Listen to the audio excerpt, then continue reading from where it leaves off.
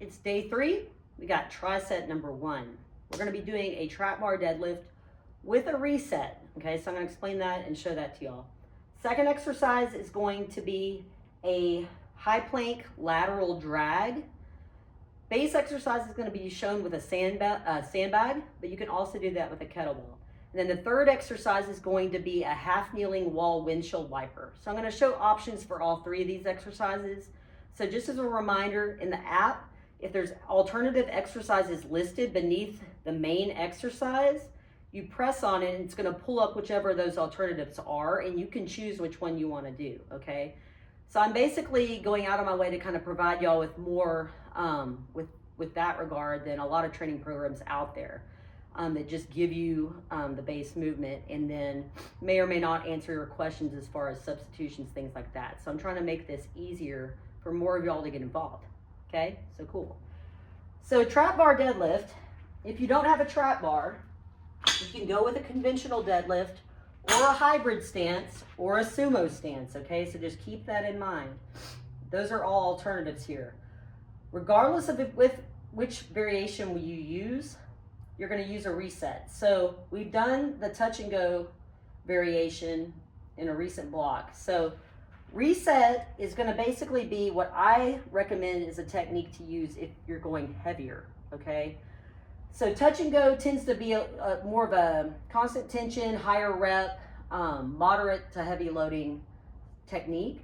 With the reset, this is going to be one where when you shift into heavier loads, it's going to probably be more advantageous for you. So in a nutshell, what that's going to look like is we're getting set. So between each rep, we're going to bring the hips up and then pull them down and then go into the rep.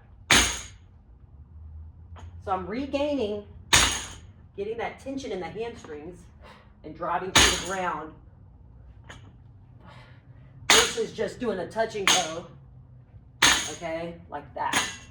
So again, you can use whichever deadlift stance you want for that. It doesn't have to be trap bar if you only have a straight bar. Another option is going to be, and let me move this dude kind of out of the way here. Whoop. Kettlebells.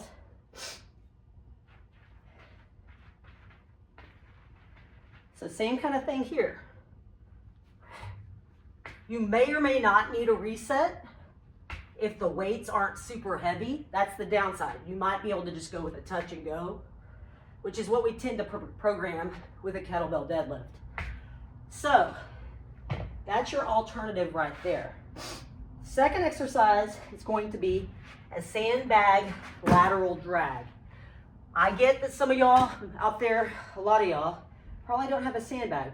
I love them. We use them a lot in here. This is a variation or an exercise that I actually prefer the sandbag for. There's a bunch of those actually, but you'll see this most often done with a kettlebell. So I'm going to show y'all both because both are viable options, but again, I tend to prefer the sandbag for this. So what's going to happen here is we're going to set up in a high plank. So when we set it up, you want to pull the sandbag right in front of your knees in this kneeling position. I'm only 5'2", the wall's right here, but I think I have enough room. So then when we walk out and straighten the legs, that sandbag is low on my body. It's not going to be underneath right here. It's going to be more here. So when I go to drag it and pull it, I'm going to be using my lat and not pulling up here and scrunching my shoulder up. So it's going to feel better, produce a better result. Dragging it out, returning to the high plank.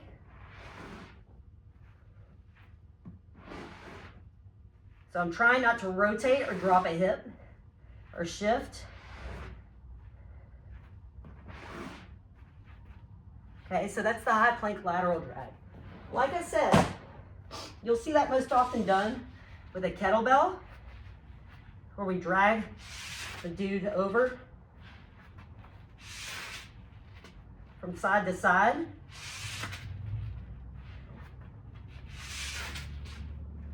Not my preferred way to do that, but it's an alternative. So those are your high plank lateral drag options. So third and final exercise. We're going to do a half kneeling wall windshield wiper using a furniture slider. If you don't have a wall that you can safely do this without marking it up, you could use a towel easily, but I'm going to show y'all an option with an arm sweep so you can do instead of this exercise. So what we're going to do is we're going to set up so that your outside leg is forward in this half kneeling position, inside knee is down. We're planting the toes of this back foot. It's not pointed, okay? I'm going to reiterate that over and over again. This dude, plastic side's going to go to the wall. We're going to keep your shoulder from shrugging up. So I like to have my clients kind of put the hand here to keep the knee in line with the foot because people tend to want to do this. So what we're doing is we're staying tall, but safely and comfortably allowing you to move your head and follow your hand. If there's no neck discomfort, then do so. Bring it over and across. Okay? So I'm not collapsing to the wall. I'm not hiking my shoulder up. I'm making it nice and smooth. If you don't have the ability to do that, then you can do arm sweeps. So what's going to happen with an arm sweep, let me think of the best angle to show this. You're going to lay on your side. I'm going to show this here in a second. But we're going to take the arm and basically think about tracing the thumb along the floor as we bring it around and overhead, thinking about pulling the shoulder to the floor. So, bottom leg is straight, top leg is bent, 90 degrees at the hip and knee. Hold it down. So I'm going to take a belly breath and then exhale as I'm thinking about pulling this shoulder to the floor, coming around.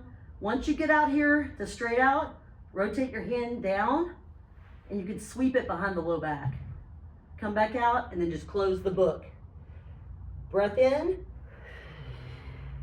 breathe through it, follow it with your eyes and head, sweep it, and then close the book. So those are arm sweeps as an alternative for the half kneeling wall windshield wiper. And that is tri-set number 1 for strength day number 3. 3,